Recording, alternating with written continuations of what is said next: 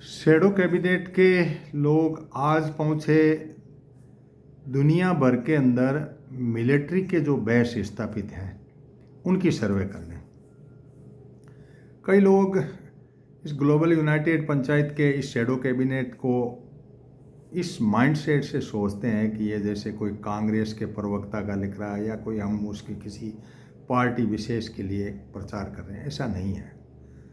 वस्तुतः क्या है कि शैडो कैबिनेट का एक मॉडल है जो दुनिया के करीब 50-60 देशों के अंदर उपलब्ध है, और वो उनमें से जो लोग जुड़े हुए होते हैं वो जो सरकार सत्ता में होती है उस सरकार के अंदर उनकी नीतियों का विश्लेषण करते हैं, उनके नेगेटिव्स जो होते हैं, क्योंकि सरकार अपना प्रचार तो बोर्ड और होल्डर लगा करके होर्डिंग लगा कर करती है, तो हम उनमें से उन चीज़ों को ढूंढ करके और जनता तक पहुंचाते हैं कि ये स्थिति है।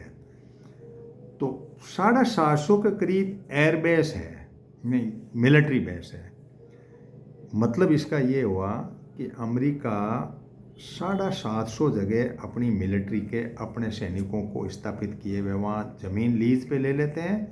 वहाँ उस एरिया के अंदर किसी उस देश की कोई दखल नहीं होती, उसमें कोई भी घटना घटित होती है और उनके फौजी वहाँ स्थापित होते हैं।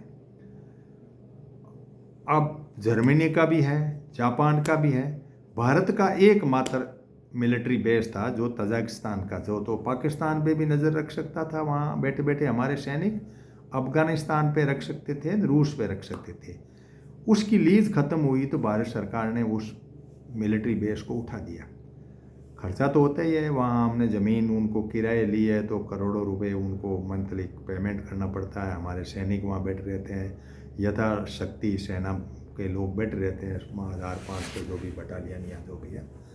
अब मुद्दे की बात यह है कि यदि हम विश्व गुरु की बात करते हैं या हम ये सोचते हैं कि हम दुनिया में कोई डंका बक कर रहे हैं, तो इन बातों के ऊपर तो चिंतन आएगा कि तजाकिस्तान का एकमात्र जो मिलिट्री बेस था उसको भारत सरकार ने क्यों हटाया।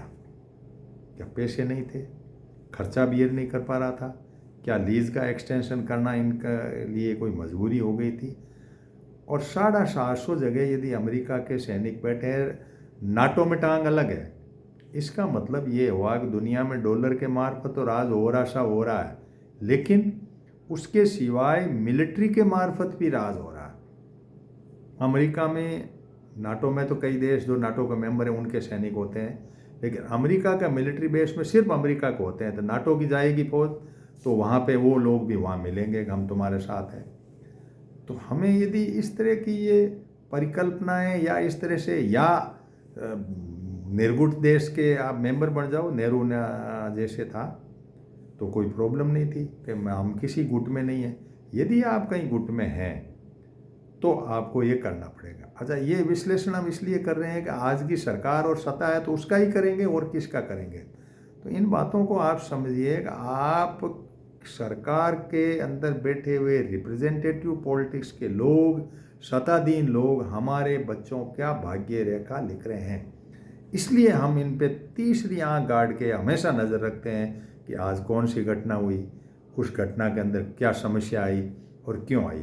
अंधभक्त लोगों की ये कहानी हो सकती है कि हमें कोई ऐसा नहीं है, कांग्रेस का शासन आएगा तो उसका विरोध शुरू कर देंगे, और किसी का शासन आएगा तो उसका विरोध।